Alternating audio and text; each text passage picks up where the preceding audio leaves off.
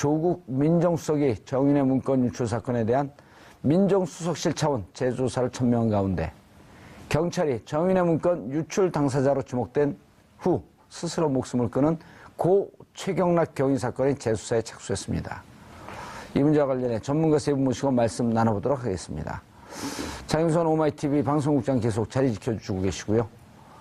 이른바 서초동 저승사자 중에 한 명 이재화 변호사 자리하셨습니다. 예, 안녕하세요. 예, 이재화입니다. 검찰개혁의 쌍칼, 그 중에 한 칼, 이재화 변호사. 한 칼은 또 누구죠? 전 잘 모르겠습니다. 모르겠어요? 예. 최강의 힘을 발휘한다. 최강이 딱 한테 욱 해갖고 최강 욱. 왜 그 사람 칭찬하는 걸 소인배예요? 저는 항상 어제도 이야기했지만 예. 객관적인 사실에 근거해서 합리적인 논평을 하는 사람입니다. 그런데 왜 뭐 저승사자도 아니고요. 그런데 왜 의뢰인은 감옥에 보내요? 감옥 갈 사람만 보냅니다.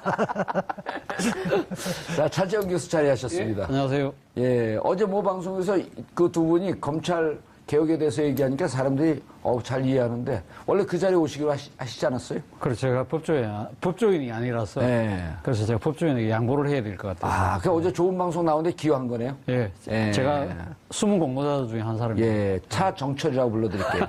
양정철이 아니라 차정철, 이선우태.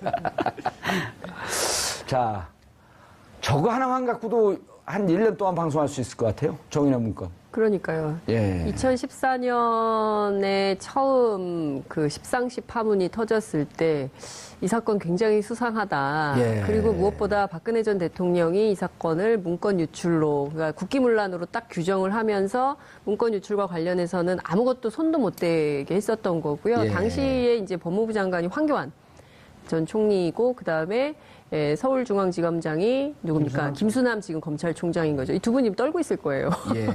그래서 이 사건에 대해서 처음부터 다시 조사하는 황교안이 법무부 장관이었었나요? 그렇죠. 그 시절에. 예. 그렇기 때문에 이 사건에 대해서 재수사를 해야 된다고 하는 순간부터 두 분은 아마 떨고 있지 않을까라는 생각이 좀 들고 이 사건에 대해서는 진상규명이 반드시 필요한데요. 당시 이 사건 처음 보도했던 세계일보 기자가 정권으로부터 상당히 핍박을 많이 받았습니다. 그래서 심지어 기자인데 품에 칼을 품고 다녔다는 것이고요.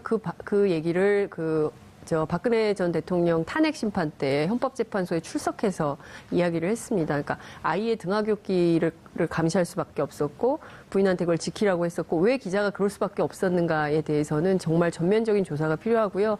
특히 이제 최경락 경위의 죽음도 굉장히 다시 짚어봐야 되는 요소가 많이 있죠. 그리고 한일 경위도 당시 이제 억울한 얘기가 있었지만 그 부분에 대해서 아직 다 털어놓지 못한 이야기가 있을 텐데 그 부분도 다 조사해서 명명백백하게 밝혀야 된다고 생각합니다. 최경락 경위의 죽음도 의문의 죽음이었는데 자살로 처리가 된 거죠. 자살로 판명이 된 건가요? 네, 그 조사와 관련해서 당시에 이제 스스로 목숨을 끊은 것으로 예. 경찰 조사는 알려졌는데 프로파일러들이 보기에는 뭔가 이상한 점들이 많이 있다는 것이죠. 그래서 재조사가 반드시 필요하고 서둘러서 봉합한 측면이 엿보인다. 아하. 왜 그랬을까에 대해서는 경찰의 재조사가 필요하다는 의견이 있습니다. 또 민주당의 전설의 프로파일러 있잖아요. 표창원 의원. 표창원이요. 예, 표창원 표창 의원도 팡팡 던지잖아요. 원점에다가. 표창원 의원뿐만 아니라 현직 프로파일러들도 당시부터 2014년 십상시 파문 당시부터 문제 제기를 굉장히 많이 했었죠. 이재화 변호사님. 잠깐만요. 예. 그 이야기. 자살도 결과적으로 자살을 한 사건을 단순 자살 사건으로 규정해버리면 안 돼요. 자살을 할 수밖에 없게끔 몰아붙인 사건하고 아하. 단순히 스스로가 결단해서 정신적인 영향을 받아서 하는 거하고 다 다르거든요. 군의문사도 사실은 그동안 왕따시키고 괴롭히고. 그렇죠. 그러다가 그 어쩔 수 원인 없이 자체가 자살을 할 수밖에 없게 만든 사건은 예. 자살로 분류하면 안 되는 거거든요. 자살에도 나눠서 구분해야 되는 거고. 근데 박근혜 정권에서 예. 최경락 경위 말고 그 국정원 사건 있지 않습니까? 예. 그 뭐죠? 티코. 아니요, 해커 사건. 마틴 사건. 해킹 사건. 해킹 사건. 이태리 그렇죠. 예, 이탈리아. 이탈리아 해킹 예, 사건. 예, 그 사건과 관련해서도 당시 국정원 직원이 자살을 했거든요. 네. 근데 그 제가 들은 취재한 바에 따르면은 프로파일러 얘기가 기법 중에 하나도 있다는 거예요. 스스로 나는 굉장히 이 죽음으로 이 사건을 정리하지 않으면 이게 일파만파 커질 수 있다. 심리적으로 압박을 예, 한다. 심리적으로 그런 게 하나의 기술이다. 뭐 이런 얘기를 제가 든 적이 있어요. 이재하 변호사가 평상시에 이렇게 보면 사슴의 눈을 하고 있는데 예. 이런 방금 같은 그런 얘기를 할 땐 백두산을 제패하고 있던 호랑이 눈빛으로 변해요. 그 이중인격자인가요? 아니요, 정의의 문제이기 때문에. 정의의 문제. 야, 정의의 문제. 거기 통합진보다 이정희 의원하고 친하신가요? 아니 근데 진짜 예. 특히 군 의문사 우리 다룰 때 가족들이 얼마나 억울해요. 예. 그냥 죽을 수밖에 없는 극한의 고통을 주거든요. 그리고 자살로 몰아가요. 선택의 여지가 없게. 그러면 이제 그렇게 가혹한 행위를 했던 사람들 처벌해야 되는 거거든. 진상규명해갖고 그냥 자살로 덮어버리잖아요. 참여정부 때 군의문사 진상조사위원회에서 단순 자살을 공무상 재해로 인정한 그래서 사실은 복권된 경우가 참 많아요. 예. 그런데 이제 그때 당시에는 그 전에 권위주의 정부라든지 김대중 정부까지 예. 그 부분에 보면 현상만 갖고 그냥 자살로 다 덮어버린 거죠. 예. 자, 예. 그래서 정윤의 문건. 예. 이거는 지금 그때 관련해서 감옥을 산 박관천 경정. 그분이, 한 언론사의 편집 전문위원이 돼 있어요. 그렇습니다, 보니까. 예. 그리고 최근에 예. 5월 15일자로, 이거 재수사에 대해서 글을 썼는데 제가 봤더니, 거의 모든 전말을 상세히 아주 소상하게 기억을 하고 있더라고요. 아무래도 본인이 당사자고 본인의 입장에서는 어떻게 보면 상당히 어떻게 이 지금 최순실 국정농단 게이트의 전조 정상을 제대로 정권에게 워닝 사인을 줬던 당사자 않습니까? 예. 어떻게 보면 정권 입장에서는 표창을 줘야 될 사람을 이게 콩밥을 먹인 거죠. 그런 부분에서 본인이 얼마나 억울하겠습니까? 요즘 감옥에 콩밥 없어졌습니다. 그러니까 우리가 이제 이게 상징적으로. 이제 이야기를 하는 건데요. 예. 어쨌든 그러니까 지금 본인이 그러니까 구속되고 상당히 불이익을 받을 수밖에 없고 지금도 아마 이 본인 지금 명예회복을 위해서 다시 이 부분에 이 부분에서 지금 재판을 진행 중인 걸로 알고 있습니다만은 본인 입장에서는 상당히 진짜 말도 안 되는 그 경우를 당했던 거죠. 그리고 예. 문제는 사실은 본인이 이야기했던 그런 이 국정농단의 그런 본질보다는 말단적이라고 할 수 있는 문건 유출의 경위에 대해서만 검찰 수사가 맞춰졌고 거기에 대해서 자신이 모든 것 덤터기를 쓰고 자신이 정치 희생양이 되는 그런 상황이 상당히 억울했다는 거고요. 앞서도 제가 말씀드렸지만 문제는 자신이 그 박근혜 정부의 가장 큰 문제점을 자신이 정확하게 찍어서 그 경고 사인을 줬는데 그걸 갖다가 받아들이지 못하고 결국 박근혜 정부가 스스로 파멸될 수밖에 없는 이러한 상황에 대해서 그럼 그걸로 박근혜 정부의 파멸은 끝나는 것이 아니라는 거죠. 예. 문제는 그 본말이 전도되는 그 과정에 있어서의 그런 권력의 이상한 작용들 그러한 이것을 단죄하지 않고서는 그러한 사건이 또다시 재발될 수밖에 없다는 그런 측면에서도 검찰 개혁이라든지 예. 뭐 이런 적폐 청산이라든지 그런 실효탄이 차원에서 되는 거죠. 예, 최 정부가 상당히 들여다봐야 될 부분이 아닌가. 알겠습니다. 이재하 변호사님. 예. 이걸 재조사 지시한 것을 어떻게 받아들여야 되나요? 저는 그렇게 보거든요. 그러니까 박근혜 최순실 국정농단 사건을 국가기관이 제대로 작동했다면, 그 사전에 그런 미연에 방지를 할 수 있었던 거 아니겠어요? 그러니까, 근데 민정수석실에서 사실은 자율적으로 조사하는 부분을 틀어버린 거고요. 그 다음에 검찰이 제대로 수사하는 걸 막았던 거 아니에요. 그렇죠. 그러니까 민정수석의 감찰 기능과 검찰의 수사 기능을 다른 그 방향으로 틀어버린 거거든요. 그렇기 때문에 민정수석이 무엇을 해야 하는 자리인가, 검찰이 무엇을 해야 하는 자리인가를 제자리 찾게 하기 위해서는 이것이 필요한 거죠. 예. 그때 당시에 그러면 문제가 있으면 문제가 있는 기관을 개혁을 해야 되는 거죠. 그래서 지금 문재인 대통령은 그 첫 출발이 이 박근혜 최순실 게이트 첫 출발은 지금 말하자면 이 정윤의 문건 유출 사건을 들여다볼 수밖에 없다. 예. 저는 그 끝은 얼마 전에 밝혀진 돈봉투 만찬 사건. 그 시점부터 2014년 11월부터 2017년 4월 17일까지의 사건이 한 세트라는 거예요. 그거를 밝혀보면 4월 21일인데. 예, 4월 21일. 예. 그걸 하면 청와대 민정수석실과 청와대 권력기관과 검찰의 수뇌부가 어떻게 짬짬이 하면서 대한민국을 망가뜨리는 예. 것이 적나라하게 드러난다는 거예요. 우리는 개혁은 사태 진상을 파악한 이후에 무엇을 고쳐야 그렇죠. 될 것인가를 진상규명이 제일 먼저인 진단한 이후에 거죠. 고쳐야 되잖아요. 예. 그냥 개혁해야 된다 하면 멀쩡한 사람들 왜 수술해 이렇게 이야기할 거라는 거예요. 예.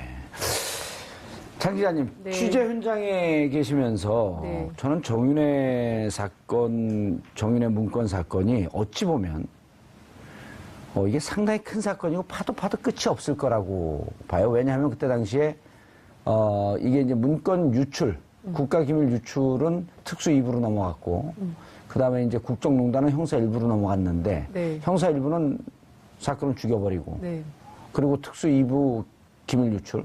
그런데 그때 그 담당했던 부장, 그러니까 정수봉 부장과 임관혁 부장이 이거 문고리 3인방과 정윤의 관계를 조사해야 된다. 근데 그냥 조사 안 하고 덮었단 말이에요. 예. 그때 이걸 지휘하고 수사 지휘를 하고 있었던 사람이 김수남 중앙지검장. 그렇죠. 그리고 엄청난 범죄 행위를 한 거 아니에요? 만약에 사실이라고 한다면? 저는 그 사실 여부에 따라서 예. 형사처벌 가능성도 열려 있다고 생각을 합니다. 그렇지 않습니까? 그러니까 수사를 지시하고 책임지라고 해야 되는데 그 수사를 덮었다. 덮는데 물론 이제 또 그 위에 청와대에서 민정비서관으로 민정비서관으로 있었던 우병우가 있었고. 우병우 전 수석이 있었던 거고 이 사건을 잘 문건 유출 사건으로 만들었기 때문에 민정수석으로 승진할 수 있었던 거 아니겠어요? 예. 그렇기 때문에 저는 거기서 또 중요한 얘기가 있죠. 네. 당시 김영한 고민정 김용한 민정수석이 있었는데 예. 그 이후에 이 문제를 갖고 국회에서 청문회에서 상임위원회에서 부르니까 네, 그날 제가 그 국회 그 현장에 있었습니다. 아, 그랬어요? 운영위원회 그러니까 그 열리는 현장에서 그때 바로 김용한 민정수석이 난 못 가겠다. 브리핑 그 자리에. 한다 그랬는데 갑자기 이제 안 나와버린 거죠. 오후에 나온다고 했는데 안 나온다고 브리핑해서 기자들도 올라오고 그랬던 현장에 제가 있었어요. 김용한 수석은 진실을 알고 있었던 거 아니에요? 그렇죠. 이제 그걸 다 기록을 해놨었던 것인데, 그러니까 그 종합하면 이재화 변호사님 말씀 주신 대로 예. 어쨌든 그렇게 난리를 쳤는데도 지금 이 순간까지도 돈봉투를 돌리면서 이 수사에 대해서 우리는 한 세트다. 조용히 넘어가야 된다라는 것을 모의하고 있는 현장이 또 덜미가 잡힌 거 아닌가라는 생각이 들기 때문에 이것은 검찰개혁하지 않을 수 없는 명분을 검찰 스스로 주고 있는 것이고 고비처도 반드시 설치해서 문제 해결을 하는 단초가 돼야 된다라는 것을 국민들로부터 인식시키는 계기가 됐다 이렇게 봅니다. 알겠습니다. 이재화 변호사님. 자, 특검 임명했어요. 예. 정윤의 문건 수사시오. 예. 첫 단추를 어디서부터 꿰겠어요? 저는 요번에 4월 21일자 예. 돈봉투 만찬에서 풀 거예요. 아, 가장 가까운 것. 예. 증거 인멸하기 어려운 현황. 그러니까 사실 그날 회동은 저는 그렇게 보거든요. 이제 우리는 살았다. 아, 예, 4월 21일 날 4월 17일 날 박근혜 전 대통령이 구속되고 구속됐고, 우병우가 불구속 구속되면서 우리는 이 사건을 털었다. 털고 우리는 무사하게 귀환을 했다. 그러면서 자축하는 그 파티란 말이에요. 아. 그 사람들이 왜 만났고 그 사람들이 왜 돈을 줬는가. 야, 거기 빨딱없이 이렇게 확신을 갖고 얘기하지 않는데 우리는 합리적 추론하면 되는 거죠. 그 사람이 이재화 변호사답지 않은데. 박근혜 정부, 특히 우병우 민정수석과 그 비서관과 비서관 시절과 민정수석 시절에서 그 사람들이 어떻게 승진해 온 사람들인가. 아, 그러네. 예. 2015년에 예. 2015년에 안택은 검찰국장으로 되는 게 2015년이네요. 네.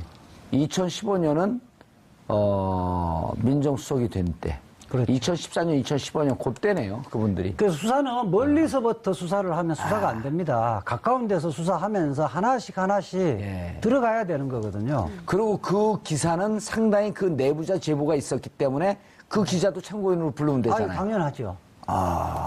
근데 그 기자가 천리안을 갖고 있는 것이 아니니까 기자 개인적으로 잘 알잖아요, 또. 개인적으로 잘 아는데 내부에 예. 이것은 아니라고 생각하는 사람이 제보를 했겠죠. 한 명일까요, 두 명일까요? 뭐 그거는 뭐 잘 모르겠는데 적어도 두 명 이상이라고 봐요. 적어도 그거는 뭐 점쟁이 영역이고요. 아니에요. 50만 원 내지 100만 원도 얼마 받았냐 확인했죠. 그 이제 검사들은 초기 발달을 했기 때문에 봉투 두께를 보고 딱 알죠. 아는데 그래서 안태근 국장이 준 예. 부장검사들에게 준 게 50만 원에서 100만 원인데 그거는 아마 서열순으로서 그렇게 나눠졌던 것 같고 그 다음에 이영렬 중앙지검장이 준 거는 100만 원이니까? 법무부의 과장 2명이니까 예. 동급이니까 똑같이 금액을 줬단 말이에요. 예. 적어도 그리고 또 두 명은 좀 싸니까 그냥 100만 원씩 줘도 되고 6명 줘야 되니까 50만 원도 주는 뭐 거에 하여튼 그거는 뭐 내가 볼 때는 중요한 것 같지는 않고요. 어쨌든 지금 MC를 무시하는 거예요? 때로는 무시해도 될 것 같은데 어쨌든 그 자체가 예.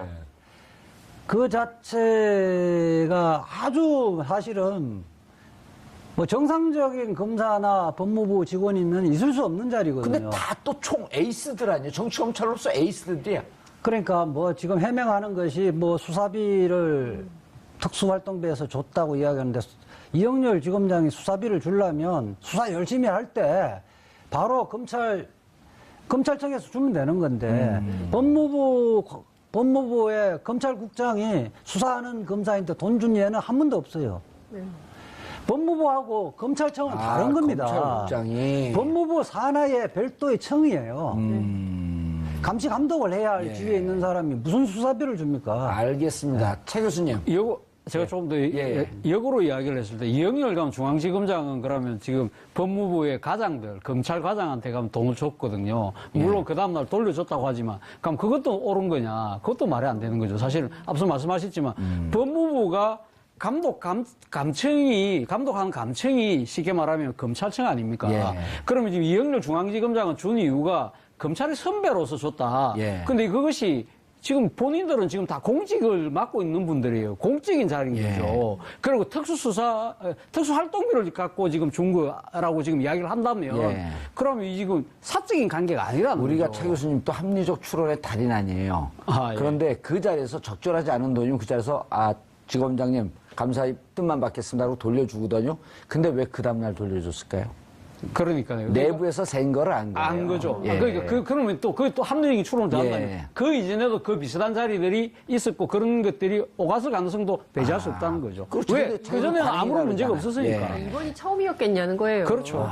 예, 저는 그동안 관행적으로 이런 일이 있었을 수 있고, 그리고 저는 이해가 안 되는 게 법인카드 다 있지 않습니까? 수사비를 술자리에서 개별적으로 현찰로 나눠준다는 게 있을 수가 없죠. 공적 업무에 요구되는 법인카드로 다 건데. 쓰면 되는데, 그렇죠. 진짜. 기자들은 취재비, 물론 이제 오마이뉴스처럼 열악한 회사는 아니지만 법인카드를 주거든요. 기자들 예. 취재비도. 근데 이제 이거를 뭐 술자리에서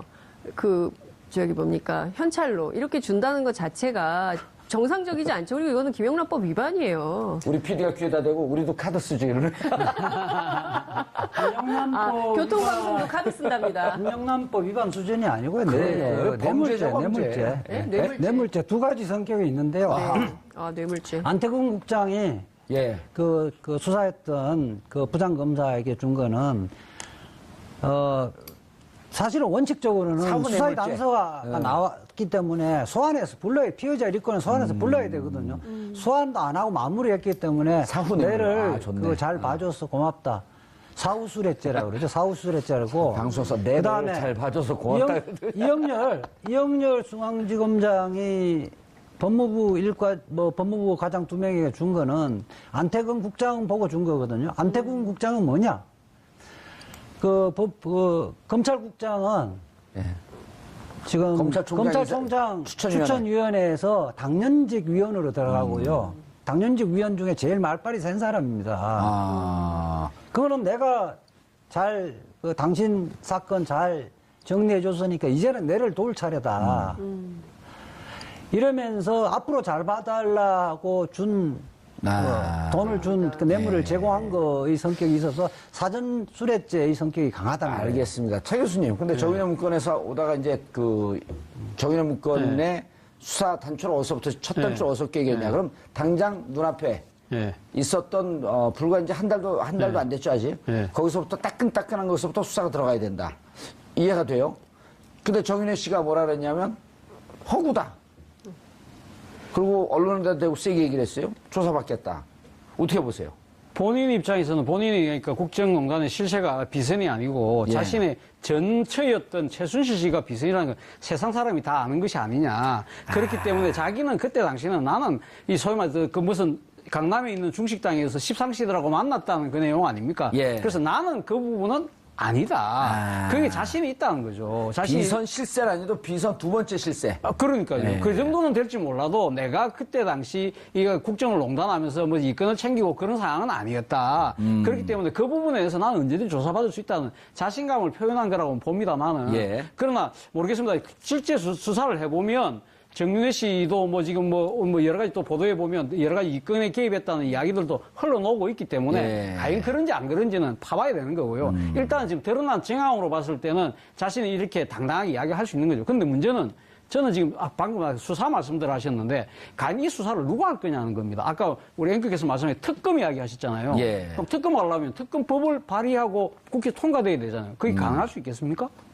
법무부 장관 새로 임명해서 특임 검사가 하면 되는 거 아니에요? 그렇죠. 특임 검사를 해야 되는 거죠. 그러니까 지금 조국 민정수석이 나서서 수사를 하는 게 아니고 재조사를 한다는 거 아닙니까? 예. 재조사를 하지만 강제적 수사권이 없기 때문에 한계에 부딪힐 수밖에 없다는 거죠. 그리고 또 하나는 조국 수석이 나서서 이 문제를 다루게 됐을 경우에는 정치적 구설수에 휘말리면서 일종의 정치적 보복이다 뭐 이러면서 시비 휘말릴 가능성이 있다. 저는 차라리 문재인 대통령이 이런 것을 제대로 파헤칠 수 있는 사람을 법무장관으로 임명을 하고 예. 법무장관이 검찰총장의 수사지휘권을 행사를 하는 거고 그럼 검찰총장이 특임 검사를 임명을 해서 이거 수사를 하는 것이 저는 수사지휘권 행사 안 하겠다 그랬잖아요, 그거는. 그거는 조국 수석이 안 한다는 거예요. 민정수석이 안 하는 거고 예. 법무부 장관은 해야 되죠. 근데 문제는 법무부 장관도 아까 이영렬 이 중앙지검장과 그 검찰국장의 부적절한 이러한 그 만찬을 보면서 드는 느낌은 이제는 법무부도 문민화를 해야 된다는 거예요. 아, 그렇죠. 법무부가 지금 검찰 출신들이 장관, 차관, 검찰국장, 과장까지 다 하니까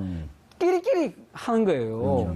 그래서 이 문제를 알겠습니다. 빨리 시정해야 돼요. 예. 문재인 대통령이 그 좀 들여다보자는 취지로 말씀하신 것은 바로 수사를 하라고 지시한 건 아니고요. 예. 이 정윤회 문건 처리 과정에서 어떻게 됐는가에 스크린을 좀 해보라. 경과를 알아야 될 거 아니에요, 일단. 그렇게 해서 이것이 범죄 수준에 이르렀으면 수사 의뢰를 하는 거고 예.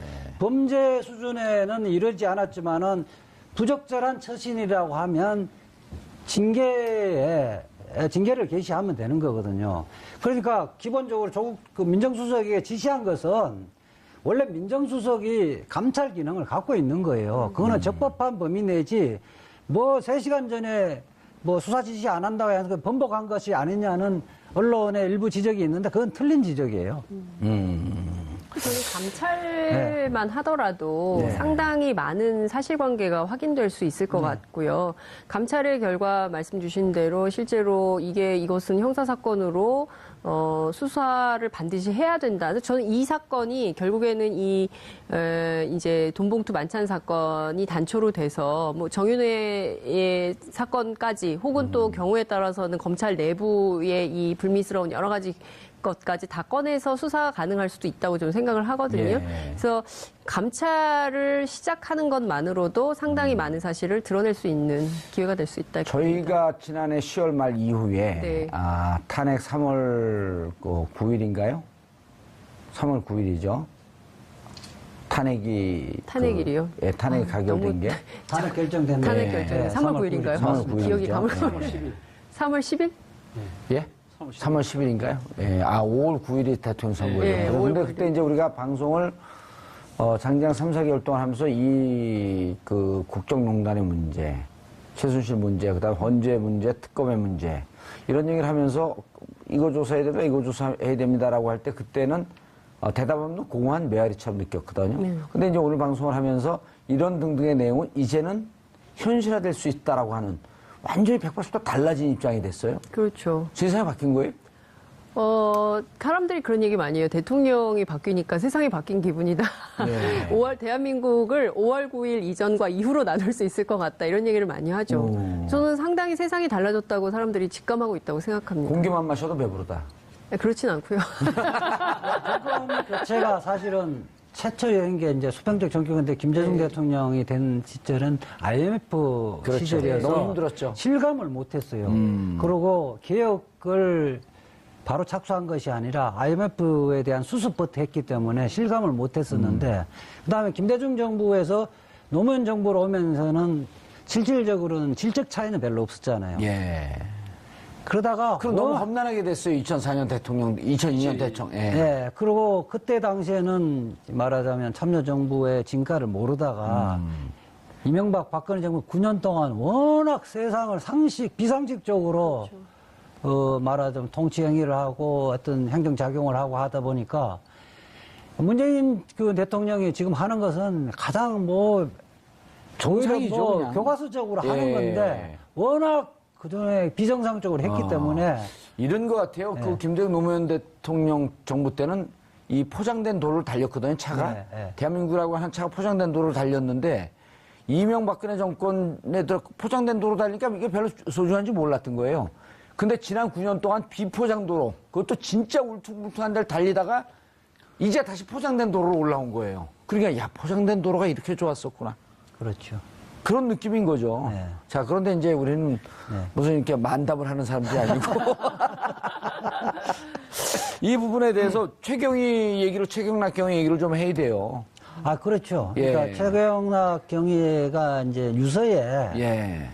민정수석실에서 예. 좀 이렇게 압박을 해서 굉장히 힘들다는 그 느낌을 주는 대목들이 많고 특히 형에게 형 뭐 그 청와대하고 싸워서 내가 이길 수는 없지 않냐 이런 식으로 이야기를 했다는 거 하면 어쨌든 여러 가지 심리적 압박을 굉장히 많이 가했다. 그다음에 뭐 이 정도 한 불구속 뭐 기소도 할 수 있다는 이야기는 어쨌든 간에 회유한 흔적들은 많이 이렇게 어쨌든 그것은 수사의 단서는 최소한 된다. 네, 사실 당시에 최경희가 버티고 싶어도 버티기 어려웠을 것 같아요. 권력이 그때는 정말 시퍼렇게 권력이 살아있을 때고 모든 권력기관이 이 사건을 문건 유출로 만들어서 예컨대 국정농단 사실 모든 언론도 자체를 그랬잖아요. 없는 것을 언론도 조중동을 비롯한 보수 언론 특히 나서서 종편 얼마나 많은 얘기들을 그야말로 그냥 퍼부었죠. 그러니까 그런 속에서 버티기 굉장히 어려웠을 거라고도 생각이 좀 그리고 돼요. 박근혜 대통령 국정수행 지지도가요. 네. 그때 50% 왔다 갔다 했어요. 그러니까 영원히 정권은 안 바뀔 것 같고, 그리고 이 정권 앞으로 3년 남았고, 네. 끔찍했던 거죠. 그렇죠. 굉장히 힘들다고 생각을 했었을 그리고 것 종편 같아요. 그 인격 사례죠. 네. 그 종편만 틀면 자기 이름 실명으로 나오고 사진 나오고 그렇죠. 박건천 경정 나오고 네. 진짜 온 국민의 죽일 놈이 돼 있는 상황이니까. 비판의 대상이 되었었던 거죠. 그러니까 근데 정말 마녀 사는 양이라는 것도 정말 진짜 무서운 것 같아요. 예. 그때는 팟캐스트도 또 위력을 발휘 못하고 있었고. 팟캐스트 얘기를 왜 하죠, 여기서? 팟캐스트가 잘 됐어요, 그때. 예. 그랬어요?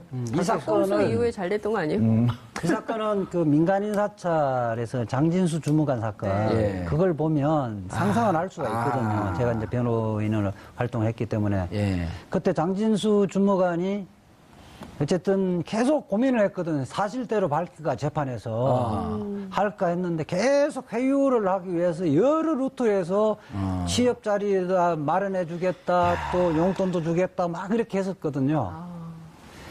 결국 그렇게 했다가 이제 재수사할 때 이제 장진수 주무관이 이제 그걸 다 진실을 다 고백을 했었던 거죠. 예. 그거 하여튼 뭐 조금 수사를 하면 누가 예. 어떤 식으로 회유하고 압박했는지는 드러날 것 같아요. 여기 그 전 경위, 한일 경위는 같이 근무했었던 경위인가요? 아니면 친구인가요? 같이 같이 그 수사반에 같이 팀 있었고, 예. 옆에 있던 동료죠. 예. 이분한테도 회유가 들어갔다는 거 아닙니까? 그렇죠. 예. 그렇기 때문에 한일 경위 같은 경우도 지금 본인이 지금 자신의 주유진 혐의에 대해서 지금 상고심을 지금 벌이고 있거든요. 예. 그렇기 때문에 아마 본인이 아마 재판이 끝나는 대로 아마 진실에 대한 이야기를 좀 하지 않을까 싶은 생각이 예. 드는데요. 일부 언론과 몇 달 전에 또 인터뷰를 하긴 했습니다. 하면서 이 지금 최경희의 이 비극적인 이 죽음에 대해서 상당히 그 가슴 아파하는 이야기를 했었죠. 예. 그래서 아마 한일경위가 제대로 뭔가 진술을 하고, 그리고 또 이 또 사건에 관련 당사자들이 또 조홍천 의원이라든지 예. 박관청 경정이라든지 이런 분들도 다 지금 그 관련자들 아닙니까? 박관청 경정은 자기 칼럼에서 정확하게 뭐라고 얘기하냐면 2014년 1월에 비서실장의 지시로 조응천 공직기관 비서관을 통해서 자기에게 내려왔고 조사한 결과는 정말 세상에 발칵 뒤집힐 내용이었다. 다시 역순위로 보고서를 올렸는데 나에게 내려진 결론은 감옥행위였다. 그렇죠. 그게 바로 억울하다는 거죠. 본인이. 아니 지금 이 내용을 네. 지금 3년이 지난 감옥까지 다 살고 왔는데 만약 거짓말을 한다면 지금 거짓말 할 이유가 없잖아요. 그렇죠. 할 이유가 없죠. 그렇기 때문에 본인 입장에서는 자신의, 그러니까 지금 이제 사실 어떻게 억울함을 예. 뒤엎어선 것도 있지만 문제는 앞서도 제가 이야기했지만 그러한 상황이 벌어질 수 있는 그런 그때 당시의 권력 구조. 예. 이 부분에 무엇이 잘못됐는지를 밝혀내는 것이 더 중요한 것 아니겠습니까? 그렇다고 한다면 박관영 경영을 비롯해서 조홍천 의원도 필요하다면 저는 뭐 정원에 나서야 되는 것이 아닌가 하는 생각입니다. 이재 변호사한테 여쭙겠는데요. 조응천 비서관이 그 공직기강 비서관으로 네. 있으면서 네. 얻었던 정보는 정보 기밀 유지를 해야 하는 그 규정들이 있는데 예. 비공개를 전제로 해서 수사에 응할 때는 얘기할 수 있는 건가요? 아, 그렇죠. 다만 그걸 피의 사실이나 조사 사실을 유출하진 않을 거니까. 국정원법하고는 좀 다르게 적용되어지는 거고요. 이것은 다 공익이 우선하는 거니까 비경영했을 때 예. 오히려 밝히는 것이 공익을 위한 것이니까 관계없고요. 예. 저는 그렇다고 봐요. 이 조홍천 비서관이 그냥 경인가요? 박관청 경정에게 직접 지시는 할 수는 없고, 이것은 그때 김기춘 비서실장이 예. 좀 조사를 해봐라고 했을 거고요.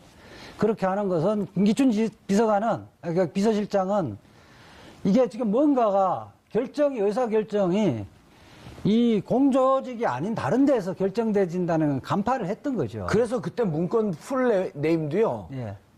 비서실장 교체 등과 관련된 무슨 비선 이거였었어요. 그러니까 김기춘 비서실장 입장에서는 누군가 나를 흔들어서 나를 내쫓으려고 한다라고 하는 이 정보를 포착을 한 거죠. 그러니까 김기춘 비서실장과 문거리 3인과 반간의 일합이었던 건데 조사를 해서 무릎 꿇고 들어간 거네요. 그냥. 그렇게 했다가 보니까 이게 만만한 친구들이 아니다 이래서 꼬리 내려버린 사건이라고 봐야 되고. 예. 그러니까 제가 조홍천 의원에게 들은 얘기도, 그러니까 실제로 들은 게 있어요? 예, 취재를 했죠. 저희가 당시 2014년 이후에 이제 계속 이 사건에 대해서 저희도 취재를 했으니까요. 많이 얘기를 들었는데, 김기춘 비서실장의 지시가 분명히 있었고, 어쨌든 도대체 뭔가 자기가 모르는 가운데 결정되는 게 많고, 그리고 이제 김기춘 비서실장 입장에서? 네, 그런 것에 대해서 궁금했고, 실제로 이건 알아볼 필요가 있다고 판단해서 예. 문고리 3인방이 도대체 무슨 짓을 어떻게 하고 다니는지에 대한 조사가 필요해서 공라인을 통해서 이제 조사를 했는데, 결과적으로는 다 조사해서 보고서에서 만들어서 딱 올렸는데, 김기춘 비서실장이 덮은 거죠. 예. 너무 세니까. 그러니까. 김기춘 비서관이 왜 덮겠습니까? 본인의 지금 거취와 관련돼서 여러 가지 이야기들이 나오고 거기에 대해서 알아보라고 한 거 아닙니까? 예. 근데 본인 이야기만 있는 것이 아니라 보니까 영린을 건드리는 내용이 있다는 거예요. 박근혜 대통령과 직결되는, 쉽게 말해서 비선 실세가 있다. 잘못하면 자기하고 박근혜 대통령하고 맞짱 붙는 그러니까 말 그대로 영린을 건드려야 되는 그런 상황이 되는 거죠. 그리고 실질적으로 영린을 건드린 꼴이 된 거고요. 예. 그렇기 때문에 박근혜 대통령이 이 부분에 대해서 문건 유지를 강하게 지금 수사를 하라고 지시를 한 거 아닙니까? 예. 그런 부분들이 그러니까 세결부를 통해서 터져 놓으니까 그러니까 결국은 김기춘 비서실장 입장에서는 자신을 보호하기 위해서라도 대통령의 지시에 모든 걸 다 바짝 엎드려서 따라갈 수밖에 없었다는 거죠. 이재 변호사님, 정조대왕께 신하가 묻습니다. 정치란 무엇입니까? 백성이 억울해서 목숨을 끊는 일이 없는 일을 하는 것이 정치다. 지금 최경희 억울해서 목숨을 끊었잖아요. 그렇죠. 그리고 끊고 나서 가족들이 억울해하고 저 사건을 바라보는 국민들은 너무나 억울해하고 있고 이걸 바로잡는 게 정치 아닌가요? 정치고 수사죠. 그것이 정의인데, 결국 그 중에 희생된 사람들도 신원이 회복돼야 되겠지만은, 가장 중요한 것은 왜 국정농단을 2년 전에 막을 수가 있었는데, 누가 어떤 덮었느냐. 목적으로 덮었느냐. 그래서 이 나라를 이재경을 만들었는가를 밝히는 게 더욱더 중요한 검찰. 거죠. 예. 그러니까 예컨대 저 꼼짝 마라. 이야기거든요. 아.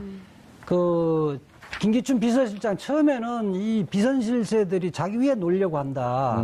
이렇게 생각해서 했다가 조사 결과를 보니까 이거는 비선실세와 자기하고 싸움이 아니라 그 뒤에 대통령과 비선실세하고 결합되어 있다는 걸 알면서 꼬리를 내는 거란 말이에요. 예. 그러고 그러면 나중에 알겠습니다. 예. 민정수석실도 이 그러면 실상을 제대로 보고를 해야 되는 거고 알겠습니다. 범죄면 수사 의뢰를 했었어요. 예. 그게 이제 검찰 개혁의 신호탄이 되는 그렇죠. 거죠. 예.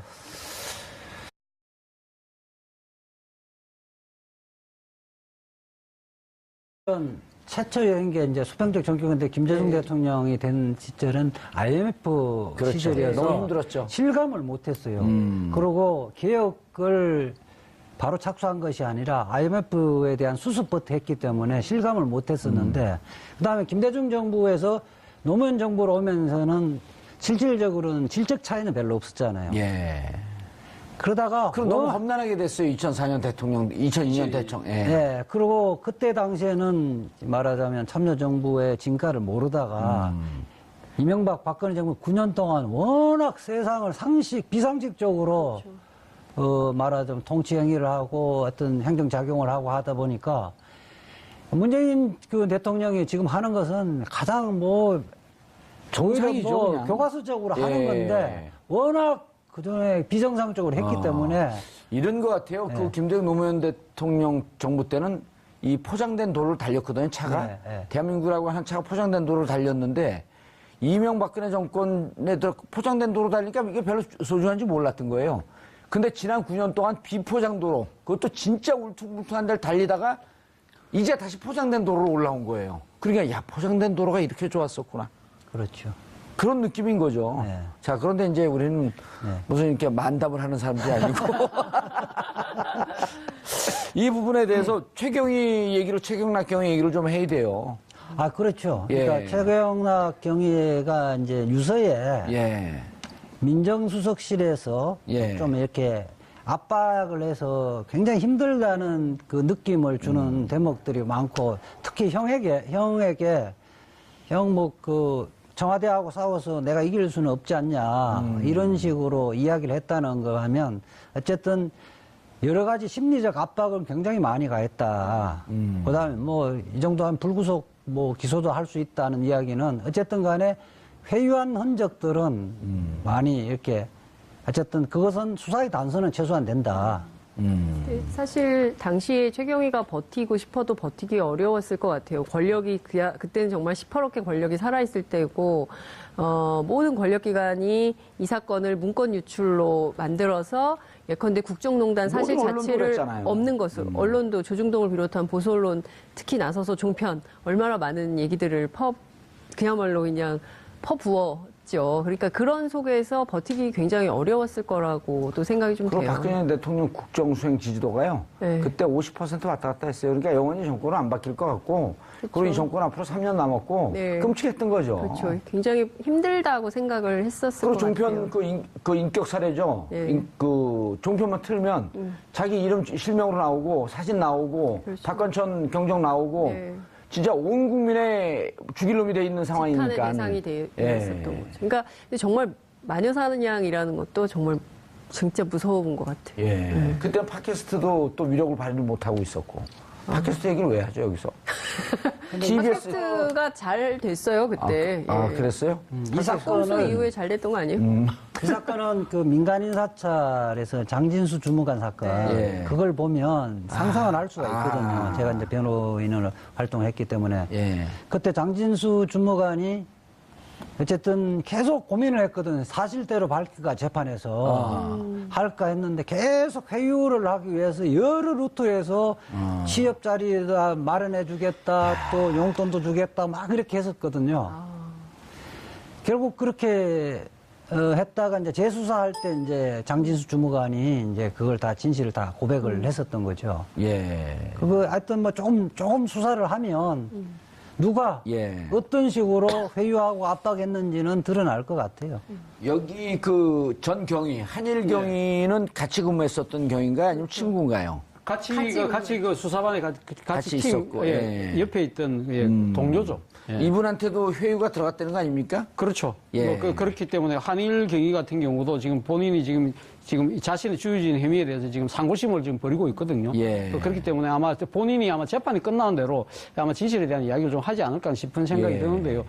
일부 언론과 몇 달 전에 또 인터뷰를 하긴 했습니다. 하면서 이 지금 최경희의 이 비극적인 이 죽음에 대해서 상당히 그 가슴 아파하는 이야기를 했었죠. 예.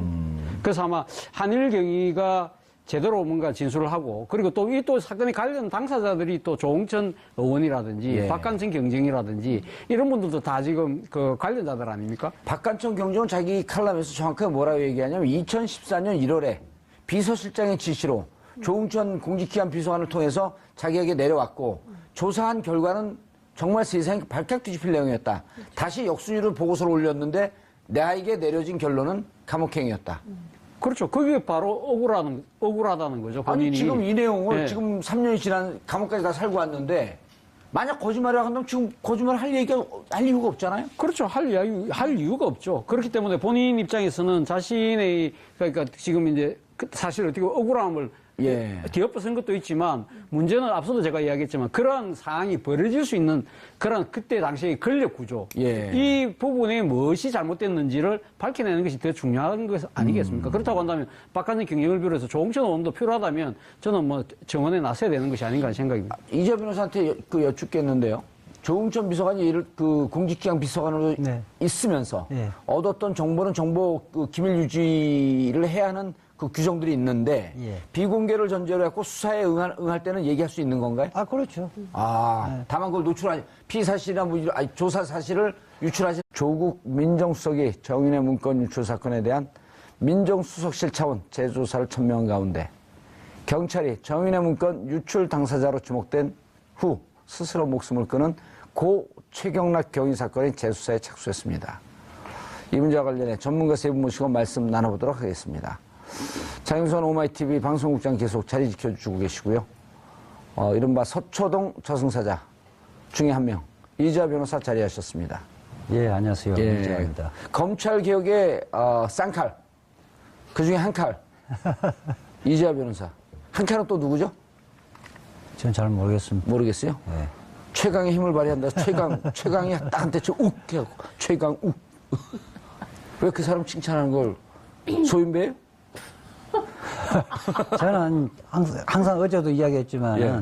객관적인 사실에 근거해서 합리적인 논평을 하는 사람입니다. 그런데 왜 뭐 저승사자도 아니고요. 그런데 왜 의뢰인은 감옥에 보내요? 감옥 갈 사람만 보냅니다.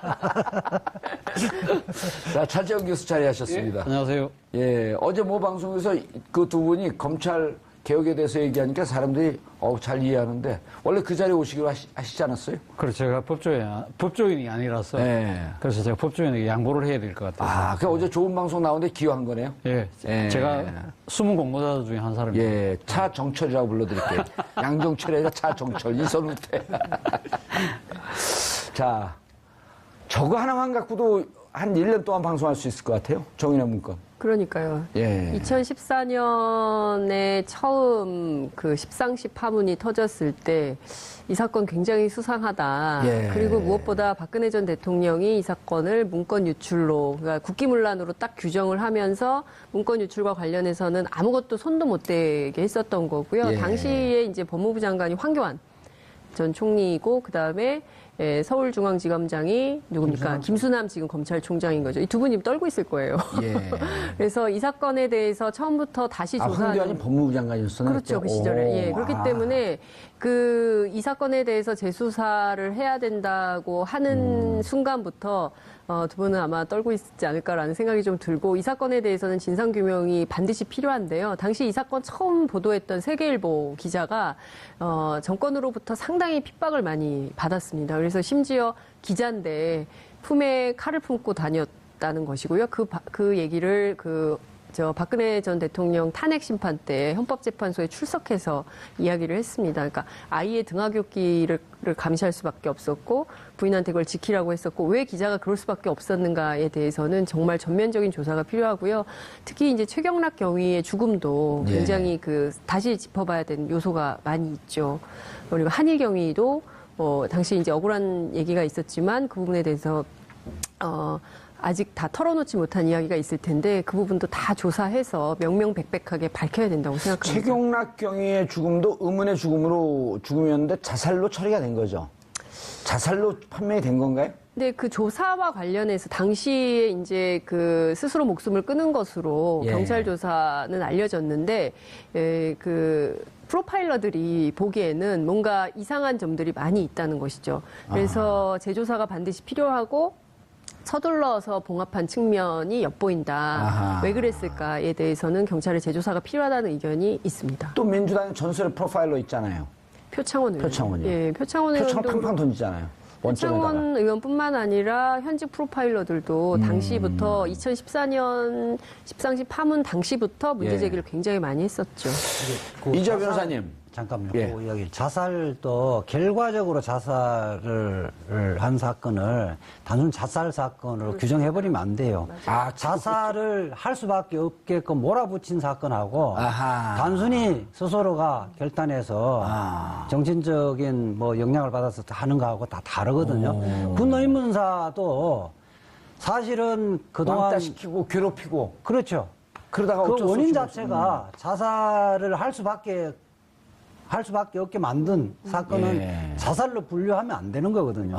자살에도 나눠서 구분해야 되는 거고. 근데 박근혜 정권에서 최경락 경위 말고 국정원 사건 있지 않습니까? 티코. 아니 해커 사건. 해킹 사건. 해킹 사건. 이태리 그렇죠. 예, 이탈리아. 이탈리아 해킹 사건. 예, 그 사건과 관련해서도 당시 국정원 직원이 자살을 했거든요. 네. 근데 제가 들은 취재한 바에 따르면은 프로파일러 얘기가 기법 중에 하나도 있다는 거예요. 스스로 나는 굉장히 이 죽음으로 이 사건을 정리하지 않으면 이게 일파만파 커질 수 있다. 심리적으로 압박을 한다. 심리적으로 그런 게 하나의 기술이다. 뭐 이런 얘기를 제가 듣는 이재화 변호사가 평상시에 이렇게 보면 사슴의 눈을 하고 있는데 이런 방금 같은 그런 얘기를 할 땐 백두산을 제패하고 있던 호랑이 눈빛으로 변해요. 그 이중인격자인가요? 아니요, 정의의 문제이기 때문에. 정의의 문제. 야. 정의의 문제. 거기 통합진보다 이정희 의원하고 친하신가요? 아니 근데 진짜 특히 군 의문사 우리 다룰 때 가족들이 얼마나 억울해요. 그냥 죽을 수밖에 없는 극한의 고통을 주거든요. 그리고 자살로 몰아가요. 선택의 여지가 없게. 그러면 이제 그렇게 가혹한 행위를 했던 사람들 처벌해야 되는 거거든. 진상규명해갖고 그냥 자살로 덮어버리잖아요. 참여정부 때 군의문사 진상조사위원회에서 단순 자살을 공무상 재해로 인정한 그래서 사실은 복권된 경우가 참 많아요. 그런데 이제 그때 당시에는 그 전에 권위주의 정부라든지 김대중 종합하면 이재화 변호사님 말씀 주신 대로 어쨌든 그렇게 난리를 쳤는데도 지금 이 순간까지도 돈봉투를 돌리면서 이 수사에 대해서 우리는 한 세트다. 조용히 넘어가야 된다라는 것을 모의하고 있는 현장이 또 덜미가 잡힌 거 아닌가라는 생각이 들기 때문에 이것은 검찰개혁 하지 않을 수 없는 명분을 검찰 스스로 주고 있는 것이고 고비처도 반드시 설치해서 문제 해결을 하는 단초가 돼야 된다라는 것을 국민들로부터 인식시키는 계기가 됐다 이렇게 봅니다. 알겠습니다. 이재화 변호사님. 자, 특검 임명했어요. 정인의 문건 수사시오. 첫 단추 어디서부터 깨겠어요? 저는 요번에 4월 21일자 돈봉투 만찬에서 풀 거예요. 가장 가까운 것. 증거 인멸하기 어려운 현황. 그러니까 그날 회동은 저는 그렇게 보거든요. 이제 우리는 살았다. 4월 21일 날 4월 17일 날 박근혜 전 대통령이 구속되고 우병우 불구속 구속되면서 우리는 이 사건을 털었다. 털고 우리는 무사하게 귀환을 했다. 그러면서 자축하는 파티란 말이에요. 그렇죠. 그 사람들이 왜 만났고 그 사람들이 왜 돈을 줬는가. 야, 거기 빨딱없이 이렇게 확신을 갖고 얘기하지 않는데 우리는 합리적 추론하면 되는 거죠. 그 평상시 사람이 이자 변호사답지 않은데. 박근혜 정부, 특히 우병우 민정수석과 그 비서관 시절과 민정수석 시절에서 그 사람들이 어떻게 승진해온 사람들인가. 그렇네. 그리고, 2015년에 예.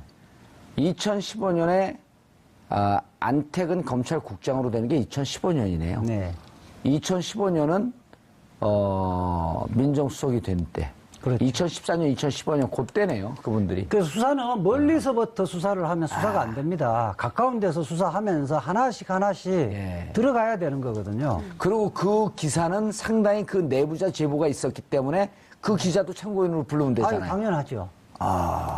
근데 그 기자가 뭐 천리안을 갖고 있는 것이 아니니까. 기자 개인적으로 잘 알잖아요, 또. 개인적으로 잘 아는데 내부에 예. 이것은 아니라고 생각하는 사람이 제보를 했겠죠. 한 명일까요, 두 명일까요? 뭐 그거는 뭐 잘 모르겠는데 적어도 두 명 이상이라고 봐요. 적어도 그거는 뭐 점쟁의 영역이고요. 아니에요.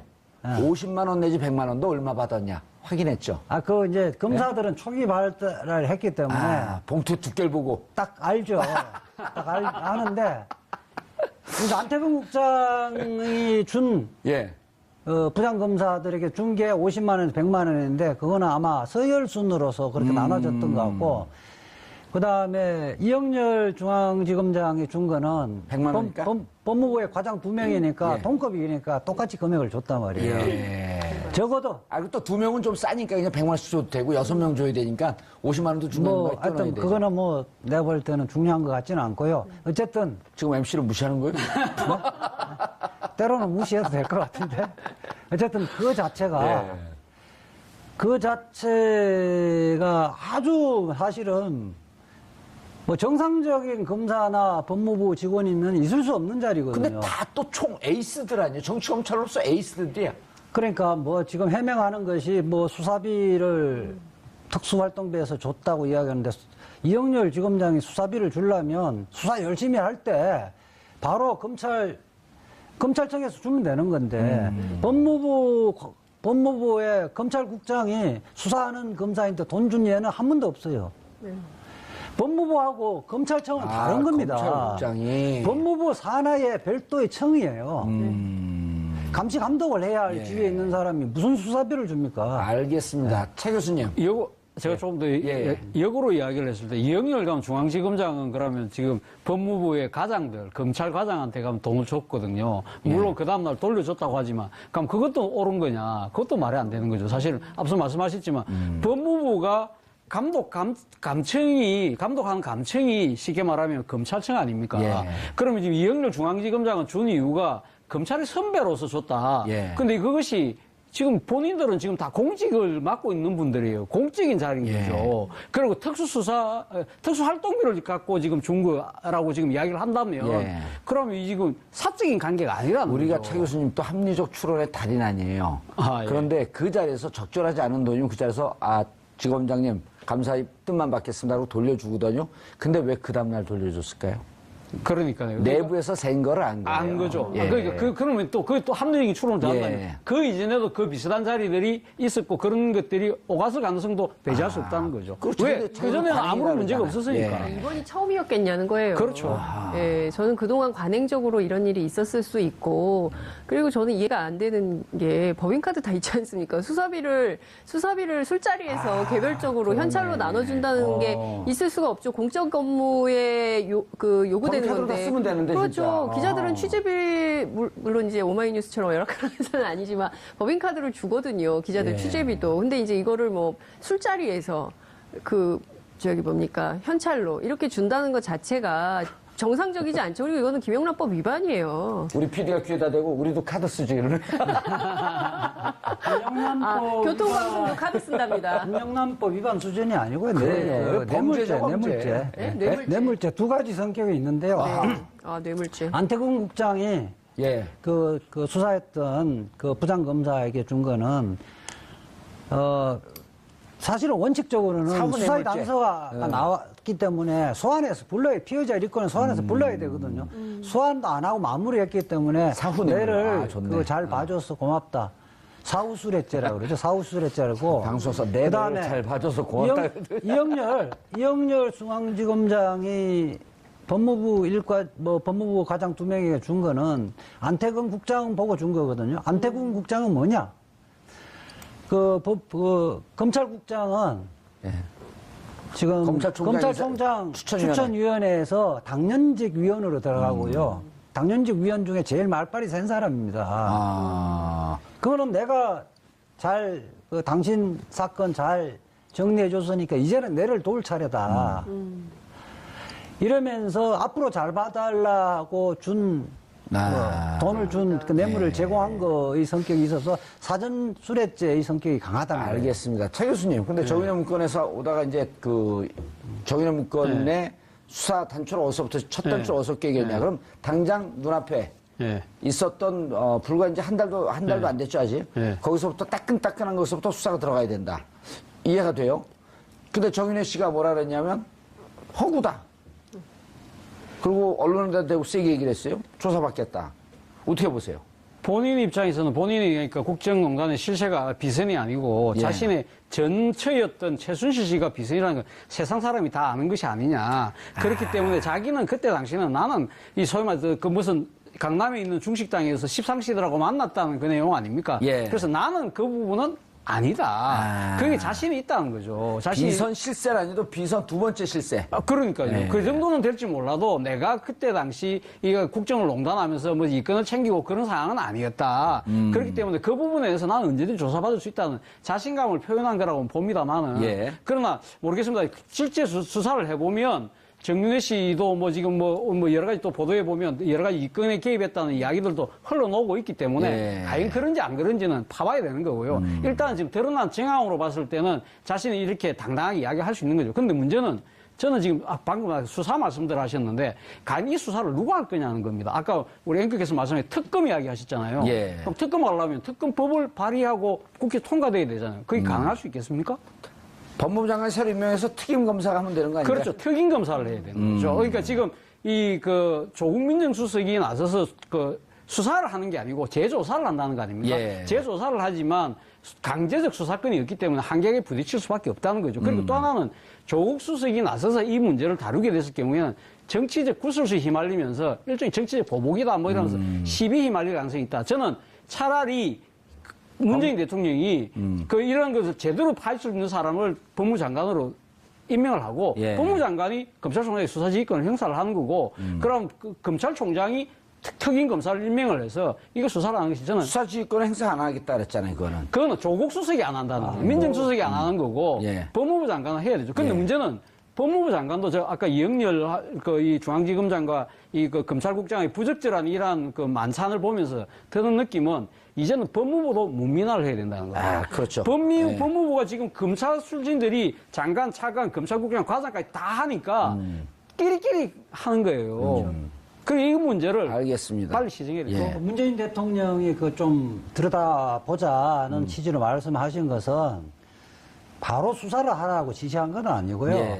이 정윤회 문건 처리 과정에서 어떻게 됐는가에 스크린을 좀 해보라. 경과를 알아야 될 거 아니에요, 일단. 그렇게 해서 이것이 범죄 수준에 이르렀으면 수사 의뢰를 하는 거고 범죄 수준에는 이르지 않았지만은 부적절한 처신이라고 하면 징계를 개시하면 되는 거거든요.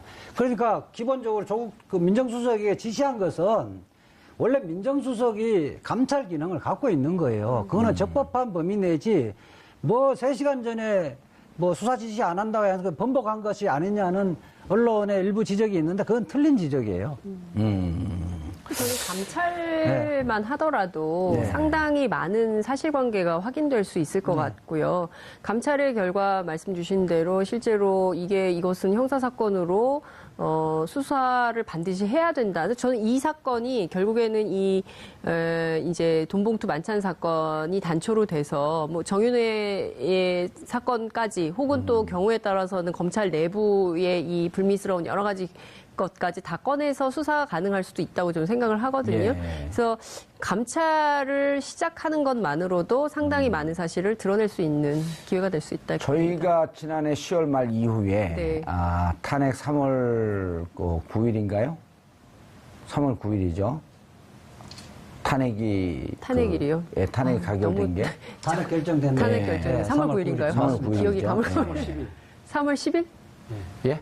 3월 10일인가요? 예. 5월 9일이 대통령 선거예요. 예, 5월 그런데 9일. 그때 이제 우리가 방송을 장장 3, 4개월 동안 하면서 국정농단의 문제, 최순실 문제, 그다음 헌재 문제, 특검의 문제 이런 얘기를 하면서 이거 조사해야 됩니다, 이거 조사해야 됩니다라고 할 때 그때는 대답 없는 공허한 메아리처럼 느꼈거든요. 네. 근데 이제 오늘 방송을 하면서 이런 등등의 내용은 이제는 현실화될 수 있다라고 하는 완전히 180도 달라진 입장이 됐어요. 그렇죠. 세상이 바뀐 거예요?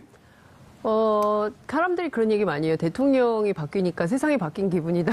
네. 대한민국을 5월 9일 이전과 이후로 나눌 수 있을 것 같다. 이런 얘기를 많이 하죠. 저는 상당히 세상이 달라졌다고 사람들이 직감하고 있다고 생각합니다. 공기만 마셔도 배부르다. 그렇진 않고요. 대통령 교체가 사실은 전부까지 예. 그 부분에 보면 현상만 갖고 그냥 자살로 다 덮어버린 거죠. 예. 자, 예. 그래서 정윤의 문건, 예. 이거는 지금 그때 관련해서 감옥을 산 박관천 경정, 그분이, 한 언론사의 편집 전문위원이 돼 있어요. 그렇습니다, 보니까. 예. 그리고 최근에 예. 5월 15일자로, 이거 재수사에 대해서 글을 썼는데 제가 봤더니, 거의 모든 전말을 상세히 아주 소상하게 기억을 하고 있더라고요.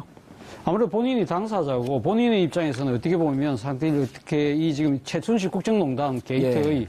전조 정상을 제대로 정권에게 워닝 사인을 줬던 당사자 않습니까? 예. 어떻게 보면 정권 입장에서는 표창을 줘야 될 사람을 어허. 이게 콩밥을 먹인 거죠. 그런 부분에서 본인이 얼마나 억울하겠습니까? 요즘 감옥에 콩밥 없어졌습니다. 그러니까 우리가 이제 이게 상징적으로? 상징적으로 이제 이야기를 하는 건데요. 예. 어쨌든 그러니까 지금 본인이 그러니까 구속되고 상당히 불이익을 받을 수밖에 없고 지금도 아마 이 본인 지금 명예회복을 위해서 다시 이 부분에서 지금 재판을 진행 중인 걸로 알고 있습니다만은 본인 입장에서는 상당히 진짜 말도 안 되는 그 경우를 당했던 거죠. 그리고 예. 문제는 사실은 본인이 이야기했던 그런 이 국정농단의 그런 본질보다는 말단적이라고 할 수 있는 문건 유출의 경위에 대해서만 검찰 수사가 맞춰졌고 거기에 대해서 자신이 모든 것 덤터기를 쓰고 자신이 정치 희생양이 되는 그런 상황이 상당히 억울했다는 거고요. 앞서도 제가 말씀드렸지만 문제는 자신이 이 박근혜 정부의 가장 큰 문제점을 자신이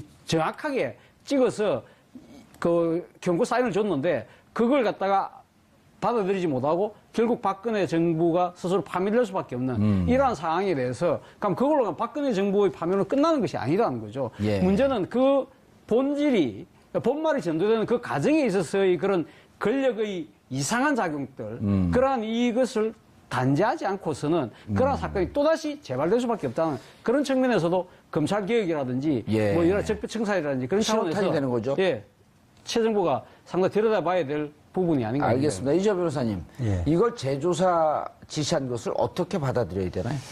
저는 그렇게 보거든요. 그러니까 박근혜 최순실 국정농단 사건을 국가기관이 제대로 작동했다면 그 사전에 그런 미연에 방지를 할 수 있었던 거 아니겠어요? 그러니까 근데 민정수석실에서 사실은 자율적으로 조사하는 부분을 틀어버린 거고요. 그 다음에 검찰이 제대로 수사하는 걸 막았던 거 아니에요. 그렇죠. 그러니까 민정수석의 감찰 기능과 검찰의 수사 기능을 다른 방향으로 틀어버린 거거든요. 그렇기 때문에 민정수석이 무엇을 해야 하는 자리인가, 검찰이 무엇을 해야 하는 자리인가를 제자리 찾게 하기 위해서는 이것이 필요한 거죠. 예. 그때 당시에 그러면 문제가 있으면 문제가 있는 기관을 개혁을 해야 되는 거죠. 그래서 지금 문재인 대통령은 그 첫 출발이 이 박근혜 최순실 게이트 첫 출발은 말하자면 이 정윤의 문건 유출 사건을 들여다볼 수밖에 없다. 예. 저는 그 끝은 얼마 전에 밝혀진 돈봉투 만찬 사건. 그 시점부터 2014년 11월부터 2017년 4월 17일까지의 사건이 한 세트라는 거예요. 그거를 밝혀보면 4월 21일인데. 예, 4월 21일. 예. 그걸 하면 청와대 민정수석실과 청와대 권력기관과 검찰의 수뇌부가 어떻게 짬짬이 하면서 대한민국을 망가뜨리는 것이 적나라하게 드러난다는 거예요. 우리는 개혁은 사태 진상을 파악한 이후에 무엇을 고쳐야 될 것인가를 진단한 이후에 고쳐야 되잖아요. 예. 그냥 개혁해야 된다 하면 멀쩡한 사람들 왜 수술해 이렇게 이야기할 거라는 거예요. 예.